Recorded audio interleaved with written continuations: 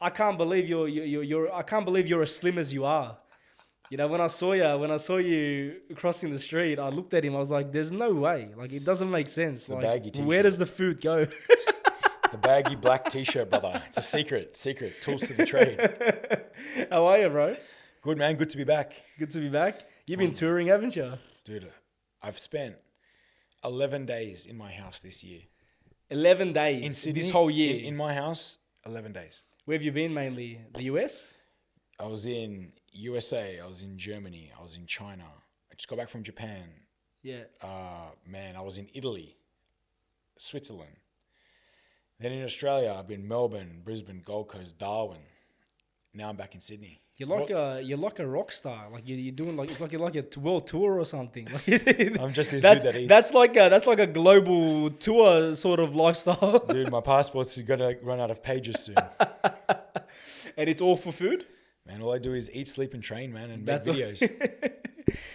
Man, well, firstly, where did it all begin? Where did it all begin? Like, at what point did you look at yourself and say, "Hey, I've got a gift. I can eat a table's worth of food and still look the way I look now"? To be fair, it was my wife's fault. All right, so my wife wanted to go to the Hunter Valley. Yeah. For like a cheese and wine bougie weekend, yeah? Yeah. I don't drink alcohol, just personal choice. But to bribe me to go, anyone who knows me from the beginning of time, I'll do anything for you. I'll help you move house middle of summer, but you got to feed me. That's the catch. Okay. So you've always loved food. I've loved food. I was the fattest kid growing up. Yeah, Okay. Mama's cooking still wins for me. Yeah.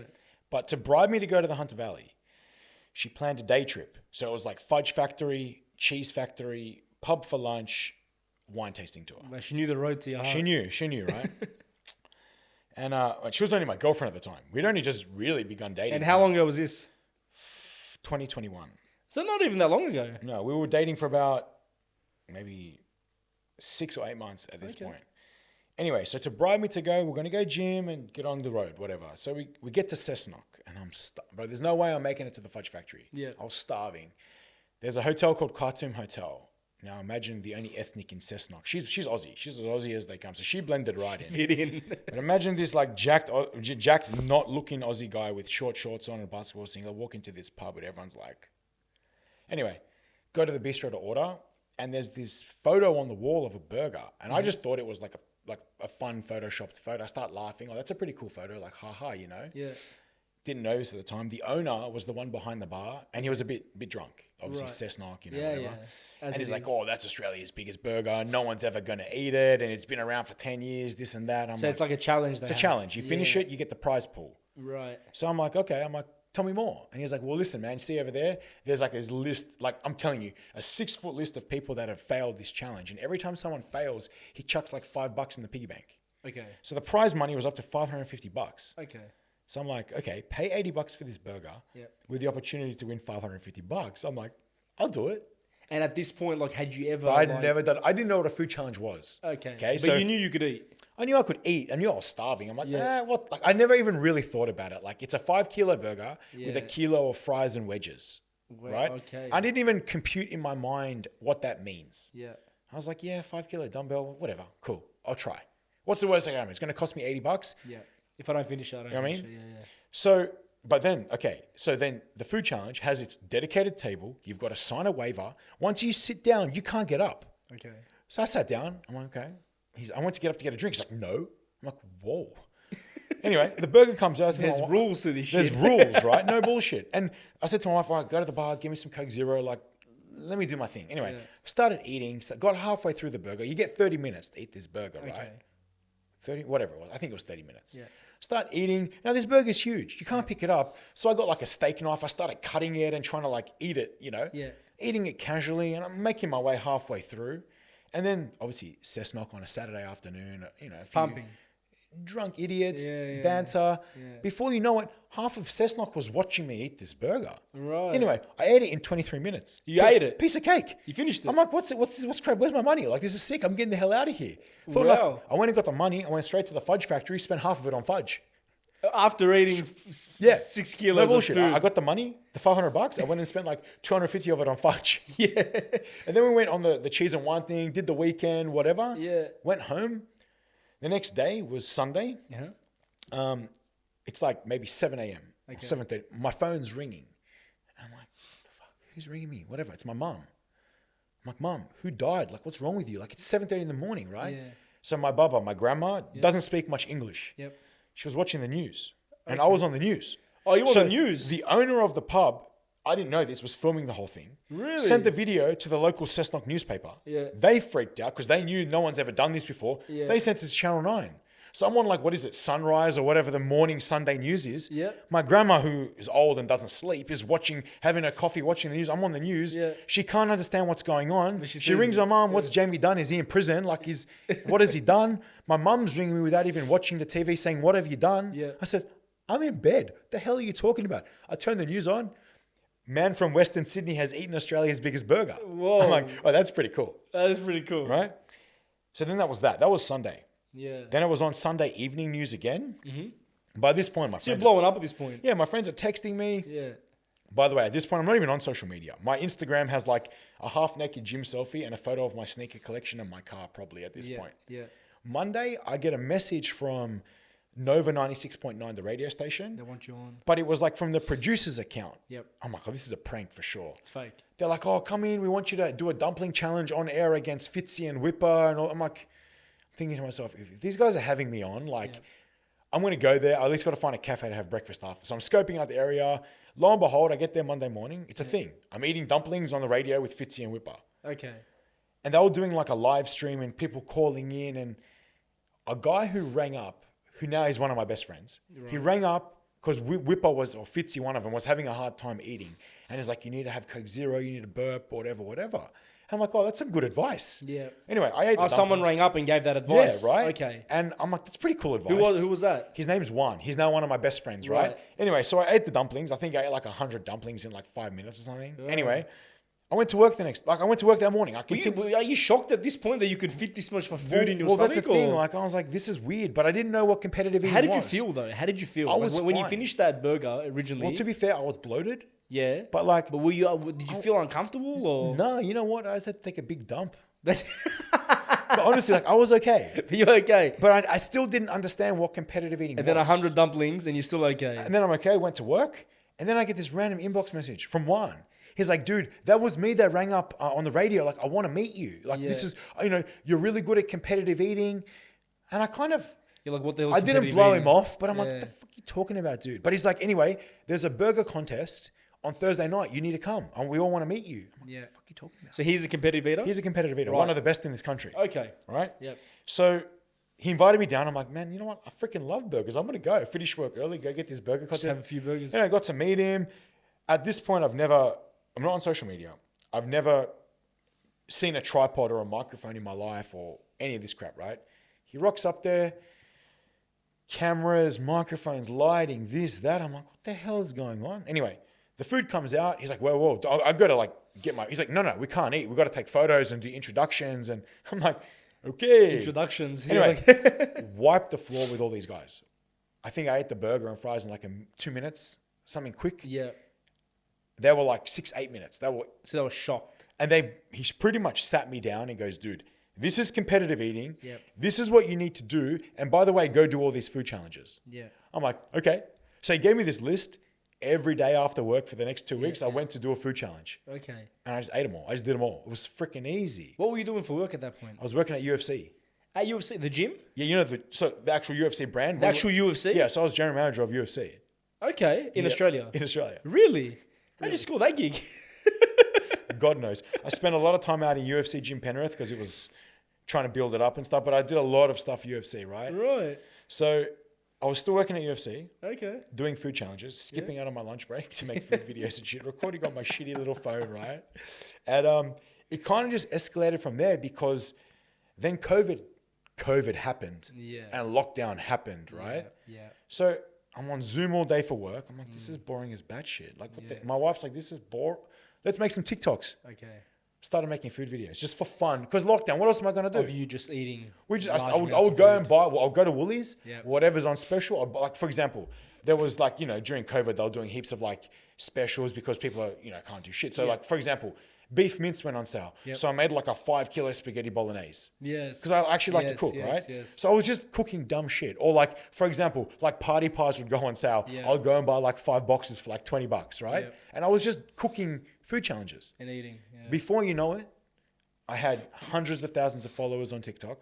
I had restaurants messaging me. You know how during COVID, everyone was becoming like a caterer? Yes. Yeah. I had every catering service in Sydney reach out to me Okay. saying like, if we send you food, will you give us a shout out? shout out. To the point, I was blowing up so much, food, I hate this word, but influencers were calling the cops on me. What? Because they were convinced I was leaving my radius to go and get food. Oh, during the whole LGA thing and lockdown. Right? Okay. So right. I had influencers getting the shits because somehow I was getting work in COVID. Yeah. Like they're probably on the verge of bankruptcy and I'm just Yeah. kicking back, right? Yeah. And I'm just making videos every day, living room, 5 p.m. in my living room, I'm pumping living room lives and Yeah, I was yeah. getting hundreds of thousands of people tuning in, just talking shit on live stream, right? That's crazy. I'm like, this is pretty fun. Yeah. But then I had to go back to work after COVID, went back to work. But then it started escalating in restaurants like, okay, how do we get you to our restaurant? People just messaging you. And then within like, I'm going to say 3 months, Yep. I was making more money from Yep. going to restaurants and making videos Yep. than my wages. So the restaurants were paying you to come out and do the challenge? Yeah, paying me for my time, even creating food challenges for other people to do, just making Yeah, videos, giving yeah. shout outs. Before you knew it, I was getting paid more than like, I guess, people like food creators. And again, at this point, I'm not really into social media. My wife was just doing it all for me, like for fun. And it blew up. Then contests came back. So in Australia, we've got a whole contest circuit. Well, why do you think it blew up at that point? Like, do you think it's because Okay, at the time I had no idea. or At the time I had no idea. no one had seen anyone Okay. do this before in Well, Australia? Without being a dick about it, Yeah, there's a lot of douchebag influencers in this Yeah. country. yeah. I'm me. I like to think I'm me. Yeah. I like to lift weights, eat food. I swear a little bit. Like I'm just laid back. I'm just a dude, Yeah. right? There's a lot of fake, really wannabe people that because they've got a bit of a following and a freaking tripod, they think they're like the shit. Are you talking about food influencers? In general. In general? Right. Yeah. Or influencers in general? Dude, both. But Both. food Okay. influencers Yeah, especially. yeah. And then the politics in the food world. Yeah. Because I was oblivious to all this, I was just smashing food, having fun. Politics in the food world. Bro.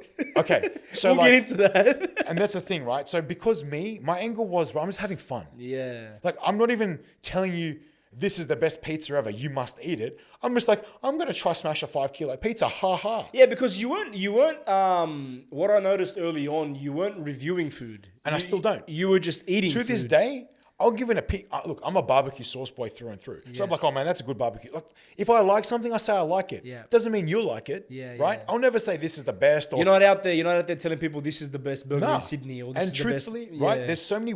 That simple question: where's the best burger? You can answer that question 50 different It's ways. so subjective. 100%. Because everyone's got so different to this tastes. day, I've never reviewed nothing. Yeah. I've given my opinion because we all like things, Yeah. and that we all like more than it's opinion. So I love pizza.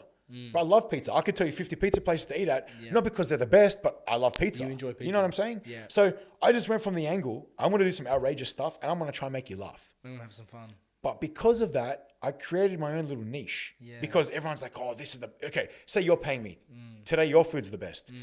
Your next door neighbor then pays me. Now they're the best. And so that's how it is, right? Man, it gives me the shits, bro. Right? So I've never once done that. I cannot trust a single food reviewer in Sydney. Right? Because they're getting paid. 100. But Like- even if they're not, they're just trying to get clout, right? Yeah. So, and that's the thing.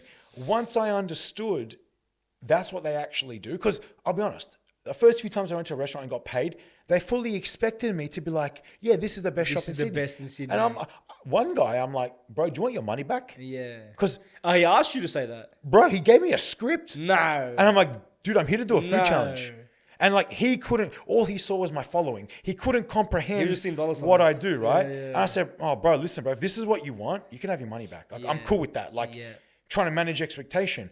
But that's when like the penny dropped. I'm like, no, I'm doing this. Everyone does this. So it was at that point that you kind of realized this is the direction. That's when I going in. realized as well, what I'm doing, not only is it niche, Yeah. but it's a sport. Yeah. Okay. So I started winning contests in Australia. Yeah. Then the When was your first real contest, like a serious would contest? have been Meat Stock Melbourne, which would have been 2022. March 2022. Okay, then I wiped the floor with the Australian competitors. Okay. Sorry, back end of 2021, start of 2022. Yep. Okay. Then the Americans contacted me. Okay. Right now in America, Hey, it's the real deal. I'm signed with the Major League Eating. Yeah. Like the Major League, just like Major League Baseball. Yeah, Same shit, right? yeah.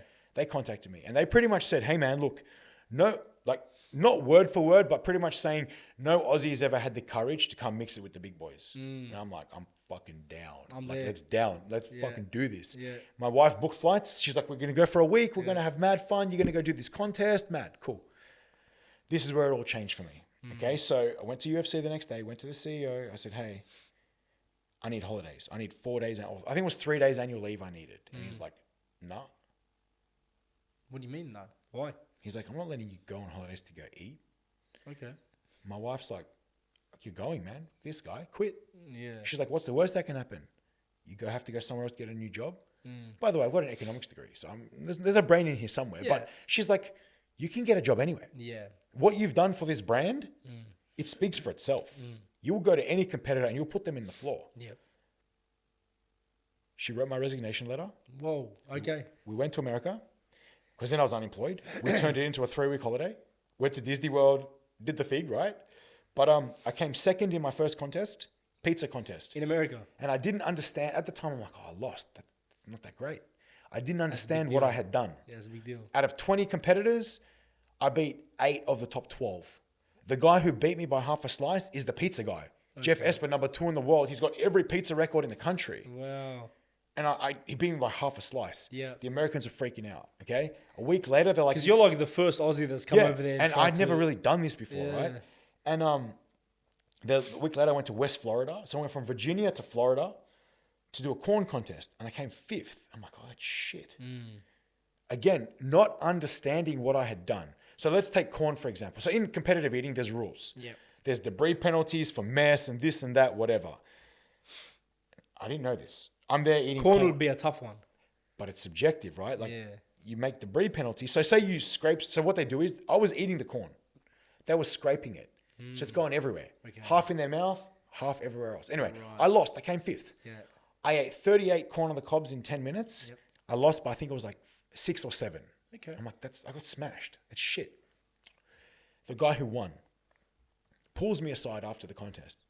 And he's like, listen, you need to learn the rules. And he was angry. Yeah. And I'm like, who are you? What are you talking about? Yeah. He's like, look around. He's like, see the mess everywhere? He's like, you ate the most today, but you didn't win. But you came 5th. Yeah. And I'm like, it's not computing in my mind. Understand. Yeah, you're like, what's going on? What do you mean? Yeah. He's like, look at the floor. There's mess everywhere. There's mess everywhere. My square, because you'll get your own, there's not a speck. And then the MC pulls me aside and goes, you know, you're the first person in 10 years of this contest to not get 1 debris penalty. And then Gideon, who won, he's like, see, dude, I told you, you've got to learn to bend the rules.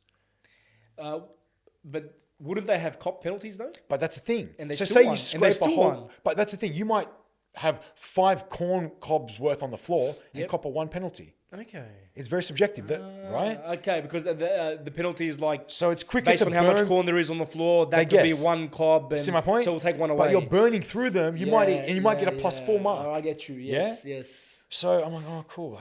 So technically, you won. Honestly, yeah. Yeah. But either way, I'm like, okay, I'll learn that for next time. Not thinking much of it at this point. Bro, we went to Disney World in Florida. Anyways, we got back to Dallas. I'm about to board the flight back to Sydney. This was like, a week later. I get this message from the Major League saying, hey, like, are you still in America? We want to organize a Zoom call with you. I'm like, well, actually, yeah, I'm in Dallas Airport for the next 3 hours. Like, feel free. You know what I mean? Yeah. Get on this Zoom call. And there's like all the sponsors and investors of the Major League Eating. Right. Didn't know who the fuck they were. Yeah. Right? You're probably thinking, what's the Major League Eating? Well, Scott idea, right? Anyway, they're like, we want to offer you a professional contract. I'm like, oh, that's cool. Okay. Again, not understanding. Not understanding how deep this is. Right. Yeah. Anyway, my wife did the DocuSign thing. What was it? What was? Can you talk about the contract? Yeah. So basically, right. So in the Major League, right, every contest, there's about 15 contests a year. Sponsors, endorsement deals, TV rights, whatever. And I didn't know this at the time. So these are all televised? Most of them, yeah. Okay. Most of them are televised. Like ESPN, TMZ, NBC. Oh, like full sports channels? Proper. Okay. right? But at the time, I didn't understand, right? Because you fill in an application on the website if you're an outsider. Yeah. So out of 15 competitors, or say there's 15 competitors, 10 spots put aside for the top 10 eaters in the world. All right. Then there's like... So they're guaranteed? They're guaranteed. Yeah. And then you've got another 5 spots. So normally it's a wild card entry, maybe a guy from the hometown, like a hometown hero they're trying to promote, a local business. Very rarely someone from another country. So I didn't even understand at the time. I was very lucky to get these 2 spots in these contests. Yeah. And then it goes from that to, okay, now I can earn a ranking. There's only 50, I think it's 55 eaters in the Major League Eating worldwide. Right. And I've got the opportunity now to earn a ranking. So I'm like, okay, sign the contract, sick. Yeah. I get back to Australia. Yeah. They then I'm a part of the Major League Eating like emails. Yeah. They email you, these are the contests coming up. This is how you have to submit your eligibility, this and that and the other. Nathan's, the hot dog contest, the biggest one in the world. Yep. I got an email saying, hey, these are the Nathan's qualifiers. At this point, I think there was 2 left. They said to me, James, you can go to Oakland and Pleasanton, Oakland, and try and qualify if you want to. When I got this email, I was with one of my buddies who's a competitive eater, Scotty. I became really close with the competitive eating boys by this point. So Scotty's now, he's like my brother, right? Yeah. We were somewhere. And he's like, dude, you've got to go. Like, this is like, no one's ever done this. You've got to go. I'm like, bro, I've never eaten hot dogs in my life. He's like, we're going to change that. Yeah. But he would come to my apartment. The boys would come, would cook hot dogs. They'll be yelling at me. I'll be trying to train how to eat. For 2 weeks, all I ate was hot dogs. Boarded the plane to LA, flew to Oakland, won the qualifier. So at this point, like, you hadn't really, like, it's not a thing yet. Like, No, you're not bro, honestly, training. not doing nothing. Not doing nothing. You're just eating. I just had to learn how to eat. Because hot dogs, you've got to dunk it and eat it. And Yeah, because of the bread. And so Scotty was helping me learn the thing. We'll look up YouTube. We'll put YouTube on my TV and I'll try to copy it. And I didn't know what the fuck I was doing. Yeah.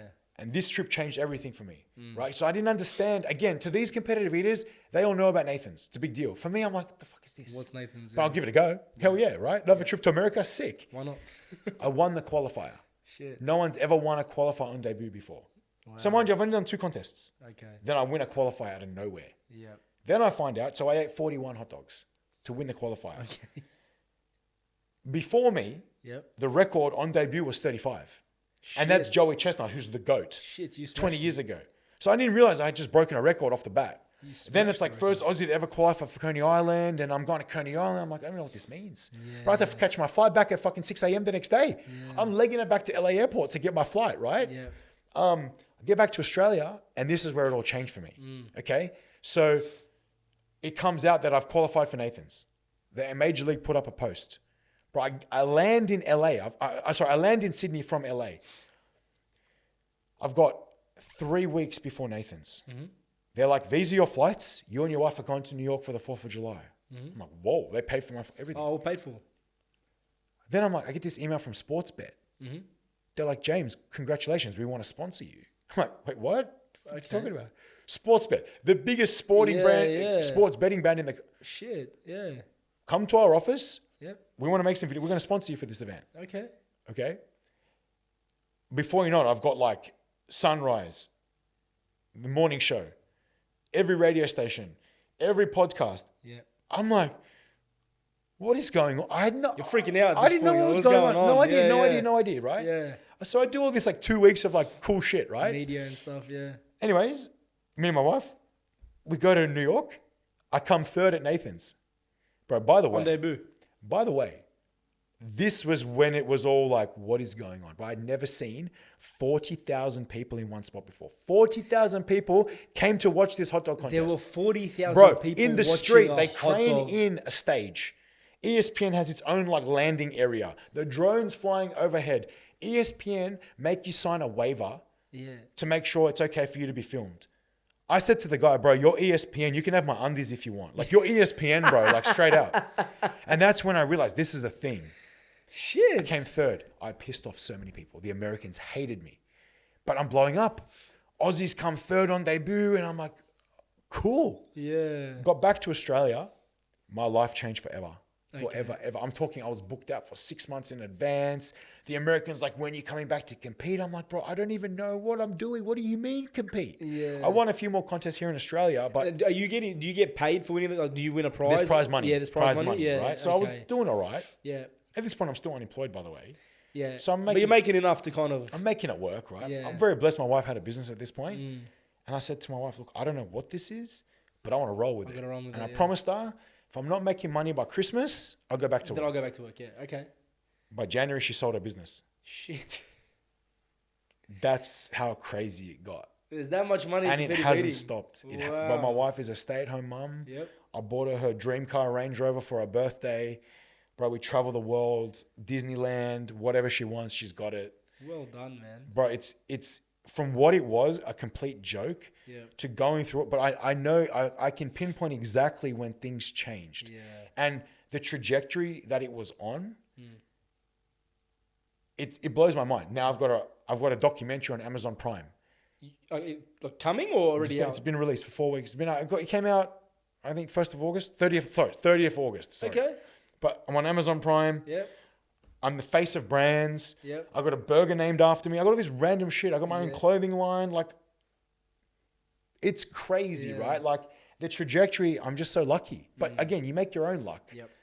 But then obviously with all that comes the hatred and the BS, right? Yeah. Especially in Australia. Yeah. But now I've learned it comes with the territory. When you're good at something, okay, there's all this great stuff. When you say the hate and the bullshit, right? Like, let's talk about that. Like, Tall poppy syndrome. So we all know Australia is rife with tall poppy syndrome. Don't It's even in the get DNA, me mate. started on that, man. Yeah. But so you've come back, you've won this contest, you're making money now, you're blowing up everywhere. Webb, you can eat. Yeah. When was it that you noticed the hate was starting to roll in, and why do you think it was? So I started getting invited to like these, again, I hate this word influencer, but influencer events, right? And I'm like, oh, it'd be cool to meet people that do this. Like, cool. Yeah. Went in there, and people that I've actually followed, complete douchebags. These are people in the same sort of space? Yeah, complete assholes. Yeah. I'm like, what is their deal? So they're just being dickheads to you. Anyway, and then by this point, like man, I always run my own race. I'm never concerned with what people think. But growing up, being ethnic in a predominantly white area that I grew up in, you're subject to bullshit all the time. Whatever. But in the social media world, everything's amplified. Yeah. So I started getting like people spreading rumors about me, and then... Like what? Like, okay, for example, right? I would go to a restaurant, make a video, and then obviously I'm being paid to make these videos. And then like 3 other people that would go to that restaurant, like, oh yeah, James said your food's shit. And the restaurant will call me back and be like, what the fuck? I'm like, what are you... As in like after you've left and made Like, the so video? I would go there, make the video, leave. And then a month later, another influencer would go there and say, yeah, James told me your food's shit. Oh, wow. But I'm like, I don't even know this guy. Yeah. This guy, I don't even follow this fella. How can I tell him? How could I possibly tell him the food's shit? And then it got to this point where there was this big drop off in like inquiries, you could say, right? And I didn't know this, but somehow I had pissed off a very, I guess, big social media agency in Sydney. Okay. Why had I pissed them off? Can we say the name? Or? Yeah, we can. It's called Lick Your Phone. Okay, there you go. Lick your phone. Right? Because at this point, I didn't understand what social media management was, right? Yeah. So these guys, they manage... they manage people's accounts, restaurants, whatever, right? Yeah, and they're in charge of like sending influencers to restaurants. Yeah. But it got to a point where restaurants would reach out to me directly. So say you owned a restaurant. You would reach out to me from your personal page. And be like, hey man, like, can you come to my restaurant? We'll figure it out. I'll go there, make a video. Next minute, I'm posting a video trying to collaborate with you and you're not accepting it. And I'm like, what the fuck's going on? It's Lick Your Phone not accepting it because they're like, oh, if we didn't organize it, like it's... because they manage those restaurants and but they've gone Correct. to you directly. Right. And then so how it all blew up with Lick Your Phone was the next year, I had qualified for Nathan's again. Okay. Now I came back to Australia because I had my friend's wedding. One of my friends who's pretty big in the event space organized an event for Hurricanes. And I'm like, bro, I love steak. The family who actually own Hurricanes, they're actually big fans of mine. Like I've met them, like, I'm like, I have to go to this event. Like, it's super cool. I didn't know it was like a collaboration with Lick Your Phone though. Okay. So anyway, my buddy's up there giving the speech saying, thanks everyone for coming. Shout out to Webby. He's flying out to New York tomorrow to go represent the country in a hot dog contest. And the owner of Lick Your Phone just blew up and was just being super rude to me. And I said, lady, I don't need to be here. I'm not even here for you. Like being rude to you, like Yeah, like just being like rude to directly? my wife, rude to me, telling my wife to go sit in the corner and shit like this. Okay. Meanwhile, my buddy's making me like the centerpiece of this event because like he's honored that I'm there because I got to fly out the next day, right? I got bigger shit to worry about, right? But I did it because I know the family of Hurricanes. I know him. I want to support him. The people that stuck by me at the start, I always do anything for. But this woman went out of her way just to be a bitch. And I'm like, ever since that point, I'm like, now I understand. It's all like, you know, when you have those light bulb moments and you realize why things kind of worked out. Yeah. So now anyone that works with them, I don't work with. And then for a while, I'm like, I don't need you. What do you think it was though? What do you think it was? Jealousy. I'll tell you why. I would go to a restaurant and my video will do more views. And they're paying, a restaurant's paying them a retainer to make their page visible. Yeah. But my video would do singly better. One isolated video would be better than a month's worth of views. And then they would go back to lick your Well, they're phone so and be insecure. like, "What's They're going so on?" insecure, Yeah, right? They could have used me and to send me to all their clients and I would have got all their clients great views. Yeah. Because no one's doing what I'm doing. I'm not a reviewer. I'm not a blogger. I'm doing something completely different. Of course, people are going to watch. Yeah. But they got jealous or insecure and they started talking shit about me. Man, because just watching you eat, regardless of whether you say it's the best or not, like it makes you hungry. It's a different angle. Right? It makes me want to go there and eat. Right? But then all this stuff blew up. And Yeah. then, again, it kind of escalated and I was getting blocked by accounts that Lick Your Phone ran, and I was being blocked by restaurants, and restaurant owners would reach out to me saying, I tried to message you, but I couldn't find you. Like, what are you talking about? But I don't block anyone. But they went and blocked like all these people off their accounts, and it's just petty shit, right? that's petty. But then, by this point, I was hell-bent on going to America and sticking it to the Americans. I'm like, I want to win this. I want to be the best. Yeah. So I'm not in Australia for months at a time. Yeah. Meanwhile, people are talking smack about me here in Sydney. So I'm not even in the country and people are making up stories about me, right? And the thing is, like my wife, she's good. She's a good soul, but she gets affected by this stuff. Yeah. See, I don't care. Yeah. Sticks and stones, right? But she was getting told all these stories, James, they're talking about you. Like, I don't know what to do. Like, I'm like, fuck, I'm not even in the country. Anyone who believes the story, brother, check my videos. Yeah. I'm literally, at this point, I think I was in Texas at this point, and like, I'm getting all this hate mail from restaurants and how could you do this and that. I'm like, what? What are you talking Sorry, about? what? It's like 3 a.m. for me. I'm in what are you Texas. talking about? Like, get out of it. And that's when I'm like, I drew the line. I'm like, all right. I said my piece to a few Lick Your Phone employees. They then turned around and said what started all the animosity. And it's just, some people are just not nice people. And I'm just like, look, cool, whatever. I'm running my own race. I don't care. But once the well is poisoned, people then have ammunition to use against you. Yep. Because I'm on the up and up and up, and they're kind of working day jobs, doing this as a side hustle, and I'm somehow making money. Yeah. They're just jealous, right? And I'm like, cool, whatever. Then it got to the point, a few of their clients reached out to me saying, can you run my social media? I'm like, no, I'm not into that game. I'm a competitive eater. That's all I want to do. People asking you if you can run. Yeah, because I'm the one getting all the views, accounts. right? Yeah. I'm just generating views from just being me. But then, it's a bit of a weird ask because at the end of the day, like people are watching you for what you're doing. It's very. But the truth is, there's so much insecurity on social media. Yeah. It just got out of control. And to be fair, it's still bad now. That's why I don't work with any agencies. I refuse. Unless I know them personally, I refuse because of the trash. So they act like they want you to do well. Then your video does well, they block you. I'm just like, whatever, dude. Okay. Like, I'm just done with that. But that's what it's like in Australia. No one wants to see you succeed. And when you're an outlier, like there was no one doing what I was doing to the level I was doing. And to this day, there's no other Aussie that's gone and competed overseas. There's none. That's just facts, right? So then there was people going around that became competitive eaters telling restaurants my story. Oh yeah, I'm the #1 eater in the country. I go compete in America. They're pretending to be me. Really? No word of a lie. There's one guy in particular. He went to restaurants saying, yeah, he competed at Nathan's. He's got 7 world records. Like in his, being him, telling my story. So if you went into like social media or competitive really eating, know. you wouldn't know. Yeah, you wouldn't And know. how it all came about. I came back to Australia. I'm having dinner with my wife at a restaurant. And some guy stopped and take a photo with me. Yeah. And the owner's like, oh, who are you? I'm like, oh, I'm a competitive eater. You know, I just got back from America. Yeah. He's like, no, you're not. I'm like, what? He's like, we had Australia's best competitive eater in here like 2 weeks ago. I'm like, brother, I've been gone for 3 months. What are you talking about? Bro, I literally pulled up the website with our rankings. I'm like, brother, see that? That's me. Australia's #1 competitive eater. Yeah.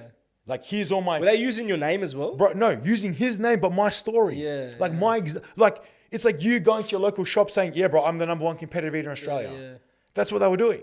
Okay. And I'm like, bro, you got it wrong. Man, this got out of control, huh? Badly. Bro, I got stories for days. You have no idea. Yeah. But I'm like, I'll take the compliment someone's trying to be me, but bro, I'm me. There's only one me, right? Yeah. And that's the thing. People quickly realize they can't compete with me, so they give up. And also, I don't care.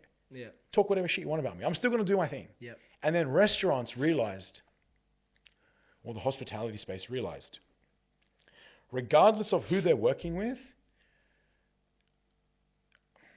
without being a dick about it, I have the power. Okay? I don't have to work with you. I can go get burgers anywhere. I can get pizza anywhere. Yep. I now am in a position to choose who I work with, right? So it's like, if you're working with someone that I don't want to associate with, I politely decline the opportunity. And then it's to a point, why? And I say straight, I won't work with this agency, or I won't work with this person, or whatever. It's not. Now my personal brand is so big that I'll only associate with other brands that add to my personal brand. Yep. And it took me a long time to get my head around this, right? When you're a personal brand, people aren't attacking you. They're attacking your brand. The brand, yeah. But at the same time, people can indirectly attack your brand. So I just don't work with anyone that I don't want to work with, right? Now I'm the face of brands. I've got things named after me. So if you don't want to work with me, I don't really care. Yeah.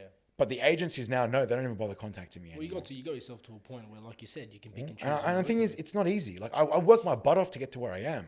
But at the same time, if I gave Do you in, think a lot of people would just disregard how hard, like how much work you put in? Dude. Because a lot of people would probably look at you and say, "Oh, this guy came out of nowhere. All he does is eats a bit of food, and now he's blown up." You know, God loves him, for example. The funniest part is the people that think they can do it. Yeah. If I had $1 for every time someone said to me I could do that, go brother, go for your life, go. Because they don't realize that it's taxing, or it's They taxing don't on the understand. body as well. The thing is, right? right? But it's like anything. There's levels, right? Yeah, Yeah. anyone can eat food. But the point is, okay, you go to America. I was a nobody. I busted my ass. Now I'm ranked top 4 in the world. You don't just wake up one day and do that, right? Yeah. And don't get me wrong. Competitive eating changed my life. I encourage everyone to get into competitive eating. I don't care if you can't eat. Just come and do it. It's fun, right? But run your own race. Yep. People are too busy. Okay, if I was too busy thinking about what you're doing, there's no way I would have got to where I am now. I never cared about anybody else. I'm like, listen, I like this. I want to take this as far as I can take it. Yeah. To be honest, up until last year, Yep. I never really paid about a attention. year ago? About a year ago, I never really paid attention to what's going on in Australia, especially, right? Like, you know, I never paid attention to, again, influencers, their names or where they're from or who they are. Like, I see them online, whatever, but I never really paid attention to it, right? Yeah. Because it got to a point where I was hearing so much stories that were just blatantly bullshit. Yeah. I wanted to figure out who they were, why they're saying it, and how I can rub more salt in the wound. Because if someone's talking about you, they're watching. Thanks for the views, brother. I appreciate it. You know, and if you can talk shit about my videos, I know you're watching me. Well, I mean, they say that you're not doing well unless people are talking about you, right? Well, again, the penny dropped last year when I'm like, actually, 80% of my followers, they're haters. They're waiting for you to fall flat on your face. Yeah. But whether they hate you or not, they're still watching, still liking, still sharing. Whether it's bullshit and they want to share to embarrass you, they're still sharing. Doesn't matter, they're still They're watching. feeding the algorithm, right? Yeah, yeah. And that's what gets me paid. Yeah. So when I realized, like, okay, how do I rub salt in the wound, right? I had a few restaurants come after me, personally attack me. So what I'll do, I'll go to the restaurant next door. And out of the goodness of my heart, I'd make a viral video. And I'll put extra effort into this video just to blow them up out of the water, right? Yeah. And it's funny, right? When they can't beat you, they join you. Yeah. And the amount of, in the last 12 months, because again, I haven't been here. I've been traveling. I got flown to Italy for Guinness World Records. I was in Germany. I got flown to Hungary to compete in the Hungarian League. I just won the German League and the Japanese League. I don't really care what's happening in Australia. Yeah. So when I'm back in Australia now, everyone's fighting to have Jay It's not Webb. really your market anymore. What? Like from a competitive point. You know what I mean? Yeah. The thing is, in Australia, everyone, like, it's that big fish, little pond thing. Yeah. But there's a bigger pond out there. The world is a big, bad world. And people don't realize that, do Well, they? whether they realize it or not, they refuse to believe it. Yeah. And there's just some random Aussie guy sticking it to the Americans, sticking it to the Europeans, sticking it to the Asians in my niche. I'm not trying to be a blogger, reviewer, travel foodie, lifestyle influencer. Bro, I'm a competitive eater. I just want to win. Yeah. Right? And they can't hack that. Yeah. But now when I come back to Australia, bro, like I literally turn notifications off. You get blown up. Because now it's scarcity. Yeah. Oh, James is only here for 3 weeks. We need to book him in. Yeah.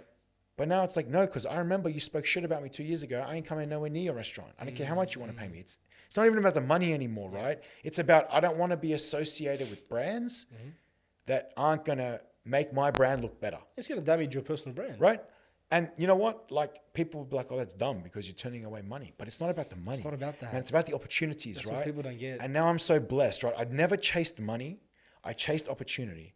And the opportunities, you know, God is good, man. Opportunities keep coming my way, bigger and better than the next.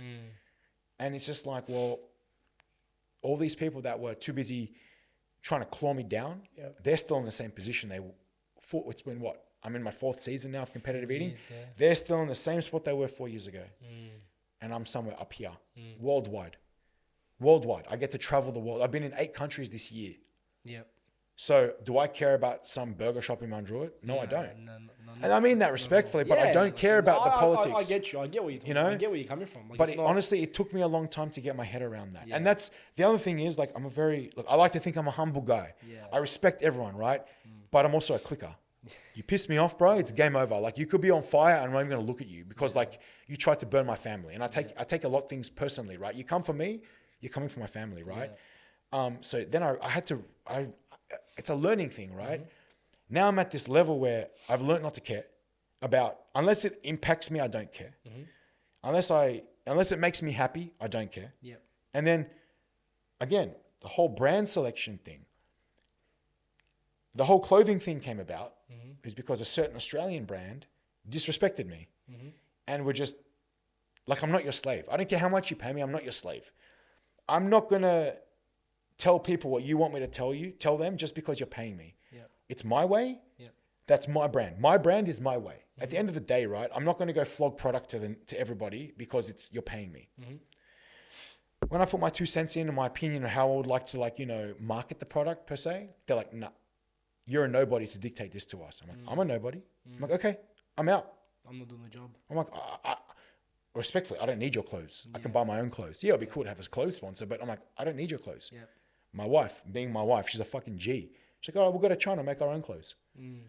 Went to China, went to the factory, designed our own clothes. Now I'm wearing my own brand. Yeah. Not because I'm trying to make money and make a big clothing brand, but I'll rep myself. Rep yourself. I don't want to rep a brand that's a bunch of douchebags. It's like you said, you got your personal brand and you're repping yourself at the end of the day. Like, and that's the thing. It's, you know what? It's not about money. Yeah.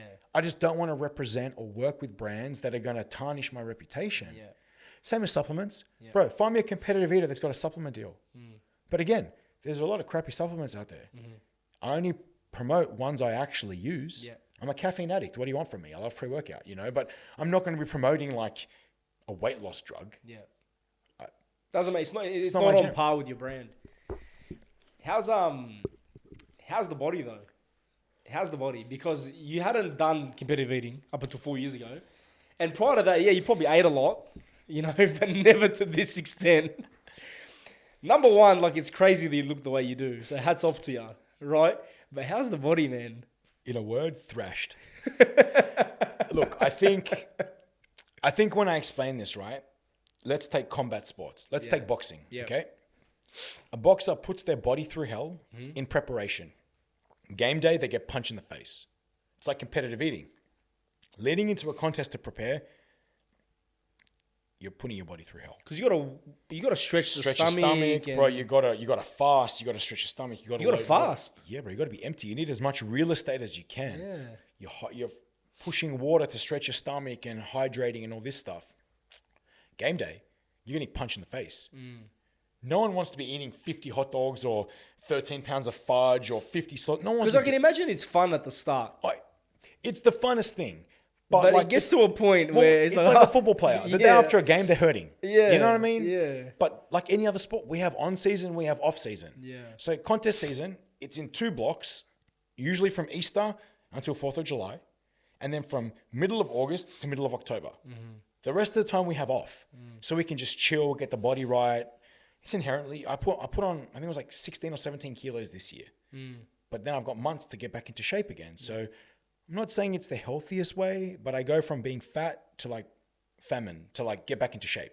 You fat? You gain like... Yeah, so now you've probably seen me dropped about 8 kilos. Okay. Since my last contest was 6th of October. I've been following you for like 4 years now, since your journey began, and you've always looked shredded. Yeah, but see, in videos, you only see me from here to here. Yeah. Right? You don't see the rest of it. Yeah. I hold a lot of fat in my gut. Okay.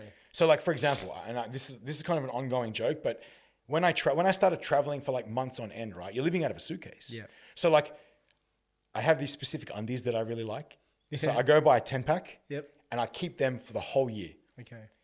By the end of the year, you can see the elastic is thrashed because my hips have gotten wider. You keep stretching. But like, that's the only way I can prove to people, dude, yeah, I do get fat because look at these undies, they don't fit me anymore. Yeah. And it's like, it's kind of a joke, but like, truthfully, like when you're traveling alone, I do a lot of this alone. You don't actually notice if you're getting fat or not, right? Because you're by yourself. No, yeah, unless someone tells you, mate, you've gained weight. I'll tell you a story. Not last year, the year before, I got back the day of the TikTok awards. Okay. I had no jeans that fit me. I had to walk around TikTok awards with my jeans undone, my belt holding my pants together on the last notch. I did not know how fat I got.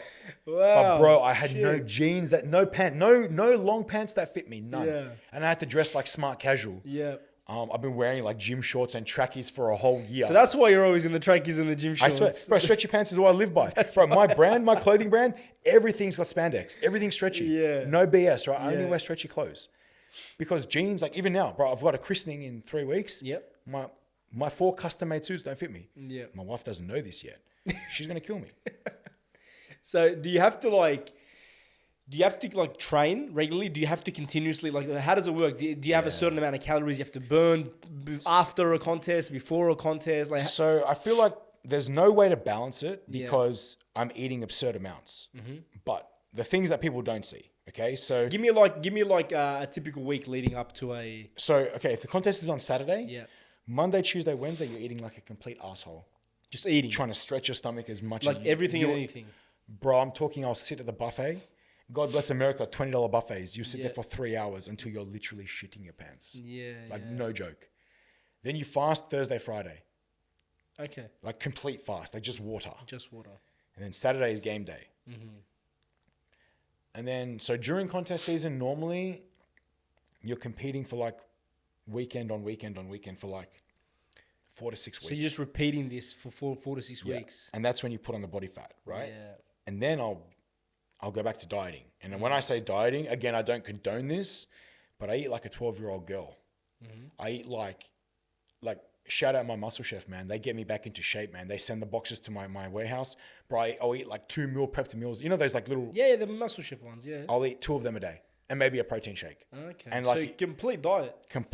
Bro, I'm talking like a 12-year-old girl's diet. Maybe that's like 1,200 calories a day. Yeah.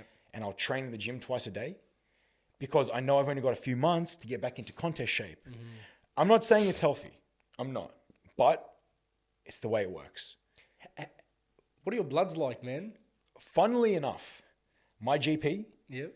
his son is like my super fan. I'm talking, wears my hat to school, has a photo of us in his bedroom door, wears my merch. So I can't get away with shit. Every time I do something messed up, he shows his dad. Yeah. So every time I come back to Australia, I get my bloods done. The last test, honestly, blood sugar was good, cholesterol was good, blood cell count was normal, blood pressure was good. The only thing that's cooked, I've got a receding gum here. From eating? Well, because I'm a left-hander, I chew in a contest. I'm chewing across my mouth, so I always chew on this side. So my dentist hates me. But I'm like, I'll just go to Turkey, get some veneers or something. But honestly, the worst thing is my receding gum on this side. So that's the worst. So on my days off, I make a conscious effort to eat with my right hand and chew on this side. But that's the worst thing that's happened so far. Touch wood. Okay. And is your doctor telling you like you can't do this for too long? Bro, my doctor freaking laughs. My doctor's like, I don't know what you're doing or how you do it, but they only go by data. Yeah. Until I get diabetes or high cholesterol or something, what are they going to say? Not that I'll listen anyway, but what are they going to say to me, right? And that's the thing. Like everyone's, oh my God, your bloods and this and that. You look at the best YouTubers in the world and competitive eaters in the world, they've been doing it 20 plus years. Yeah. Joey Chestnut's on his 22nd season. So like there is longevity. It's like anything. A football player has time off. A boxer has time off. As long as you listen to your body, I'm not saying eat like an asshole 365 days of the year. Yeah. I'm saying listen to your body. Yeah. If you need time off, take time off.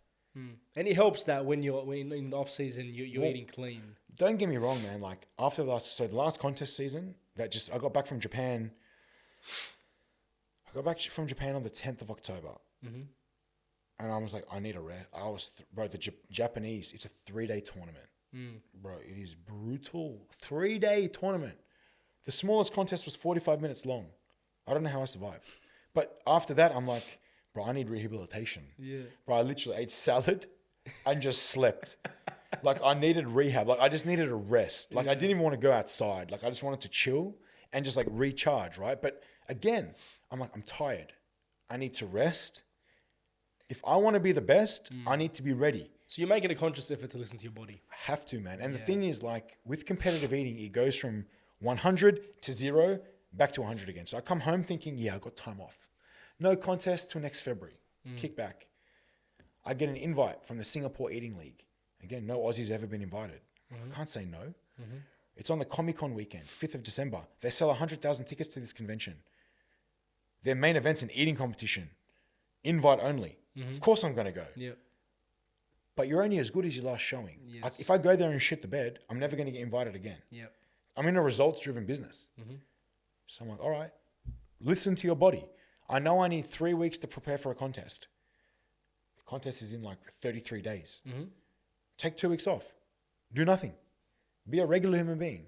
Then put the foot down, hopefully win the Singapore Eating League. But that's how I think, right? I'm like, all right, what do I need to do to do this? And I sacrifice here to, and not sacrifice, but you know what I mean? Like I haven't done any videos for 2 weeks now. Yep. Because, 10 days, but on purpose. Yep. Let my guts recover, let my life recover. Just get your body back. Right? Because I know next 3 weeks, it's going to be full on. I'm going to put the foot down. Yeah. So I just have to plan it. My life is all about planning now. Obviously, it's a learning experience, right? But I want to be the best. I don't go to a contest to lose. I go there to win. So what's the long-term play here now? Like you look hungry as fuck, man. Like you like no pun intended, but you look hungry, man. Like what's the play here? So look, I'm currently ranked 4 in the world. Yep. I don't see that improving based on politics. There's a big political game in competitive eating. I'm cool with that. Okay. I'm the Aussie going to America taking their prize money. Money talks. I've won 7 out of 15 contests this year. I'm cool with that. But truthfully, now it's about, like you said, like long-term play. Obviously, I want to keep competing. So now I'm ranked 4 in the world in the major league. I've just won the Japanese Eating League. I'm going to compete in Singapore. I want to go conquer Britain. So there's a British Eating League too. I've been invited to compete there. Again, that's going to be a hard one to manage because of time. My major league contract, I have to be in America. So if I can make time to go to Britain next year and win that league too, I want to win everything. But long-term play, it's more about how do I set up my future? Okay, so you can't stay in Australia if that's the long-term play. I just feel like it's a massive disadvantage. Yeah. If I'm to stay in Australia, I'm not doing my family justice. Yeah. And what I mean by that is, like my wife especially, she's let me run amok. She's let me do this crazy shit. So in return, I want her to have the best life she can possibly have, right? Now, the money in America is next level, not comparable to here. I'm talking 5 times minimum. So now for contests or for content? All of the above. Everything. The opportunity, I'm considered an extraordinary talent professional athlete in America, right? So long-term play, I've got to keep competing for sure, but I love that. That's what feeds me. I'm not wired. Like something's wrong up here. Like I just love competing. Like I'm just like, I need to win. Like that's what I love. But in terms of brand deals, endorsement deals, long-term like contract money that can help set my family up, I'm going to start, like, don't get me wrong. I've unbelievable sponsors now, unbelievable deals. Like I'm so blessed. But now I want to pursue like what's available in America. Like if I keep doing what I'm doing in America, move to America, how do I say this? America, you've got to live there. Okay? Like Americans are only receptive to people that live in America. They don't want 1 foot in, 1 foot out kind of stuff, right? American brands. Because they see you as an outsider. Right. But they don't care if you're a foreigner. But if you're living in America, there's this next level of respect, right? Yeah. So now I know I've been able to get this far 1 foot in, 1 foot out, right? And I'm super blessed. But maybe in the next 2 to 3 years, I want to try and pursue 2 foot in America and see where the road goes.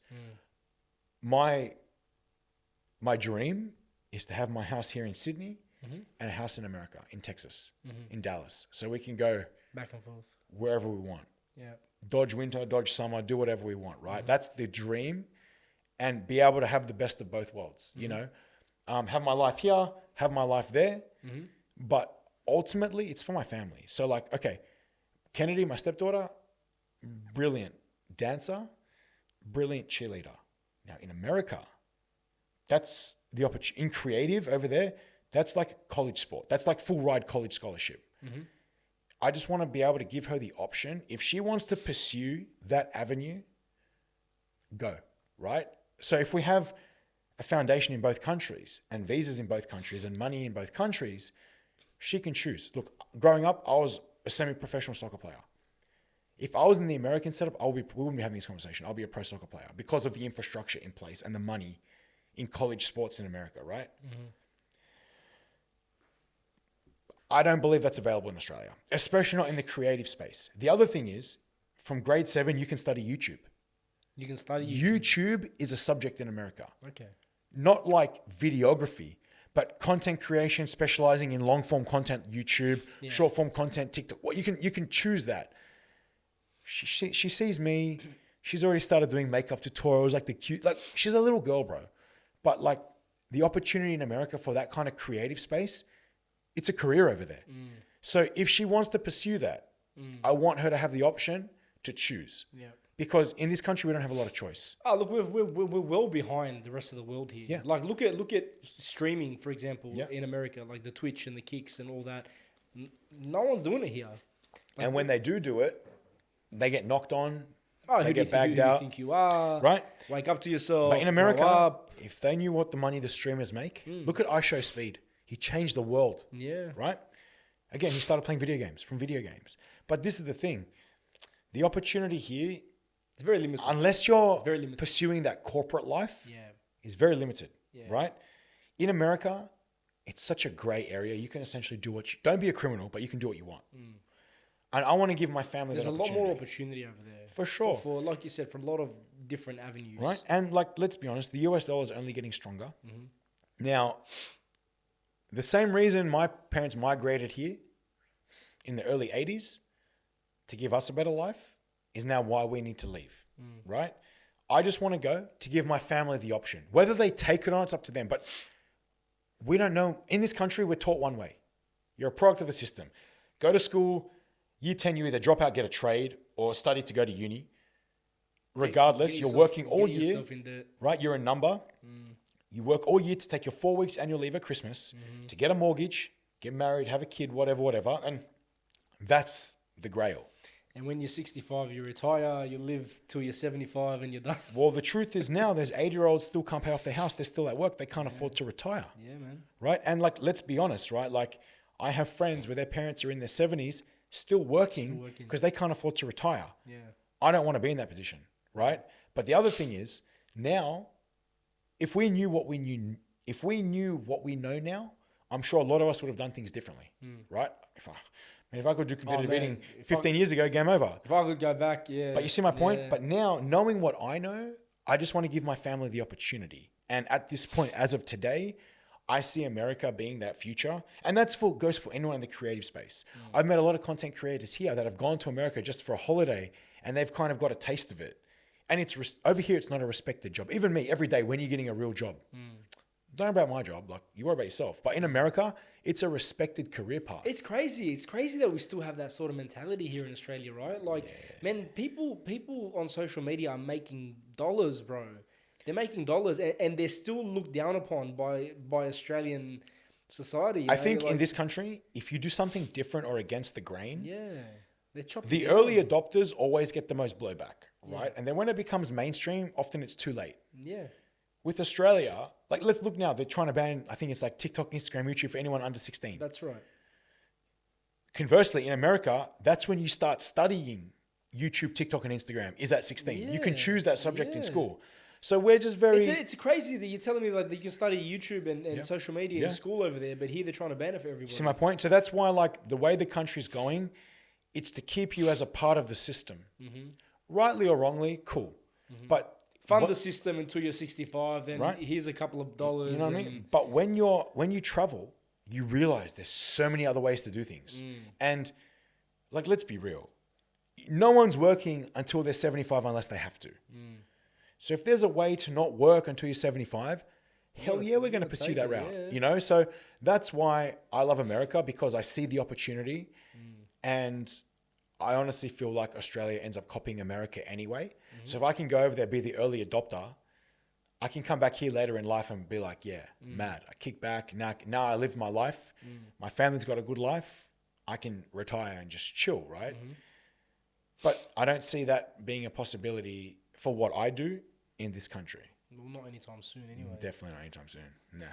Are there other up and coming like competitive eaters now that are trying to do it as well? Or look, there's a couple trying to do it. Yeah. And I mean this with full respect. They're never going to get on my level because they don't have the testicles to go compete overseas. Aussies don't like to lose. Cool. But you need to lose to learn. Yeah. Right? Now, there's people that won't compete against me. Right? I go overseas and get my ass handed to me. But it's a learning. You learn more from losing than from winning, right? So there are other up and comings in this country, but they're never gonna be on my level. They're not, and that's no knock on them. If they were to catch on a plane tomorrow and go to America, I'll be the first to help them. But they don't. They're not going to do that, right? I took the plunge, and I'm like, how do I be the best? Everyone here is too busy claiming to be the best before they've done anything. Yeah. Everyone thinks. Don't even get me started. Right, but also, competitive eating. It's not about your followers. Right? So, okay, Joey Chestnut, he's the GOAT. I have way more followers than him. But he walks down the street and kids will steal his underwear if he leaves it lying. Like, that's how level he's at, right? Because it's a results-driven business. In this country, everyone's still caught up on the followers. Yeah. In my opinion, you get results, the followers and views come anyway. Yeah. They're chasing followers and views. They're not chasing results. I'm chasing results. That's why no one's on my level, because I'm chasing results. I just want to win. I have 9 world records and 2 Guinness World Records. That's 9 more world records and 2 more Guinness World Records than anyone in this country. Right? But my goal is, like Joey Chestnut's got 55 world records. You want to beat him. Eventually I am. I'm not going to rest until I'm the best. So you want to be the number 1 competitive eater? I want to be. And that's no knock on Joey. I love him. He's the GOAT. I learned so much from him. He's the GOAT. But it doesn't mean when he's finished, I can't take over. Yeah. And my goal is I just want to be the best. And that's no knock on my competition. It's healthy to respect your competition, but also to be competitive. No one turns up to a contest saying, I'm going to lose today. Yeah. We go there to win. Yeah. And if I win more than the person next to me, I'm going to be the best.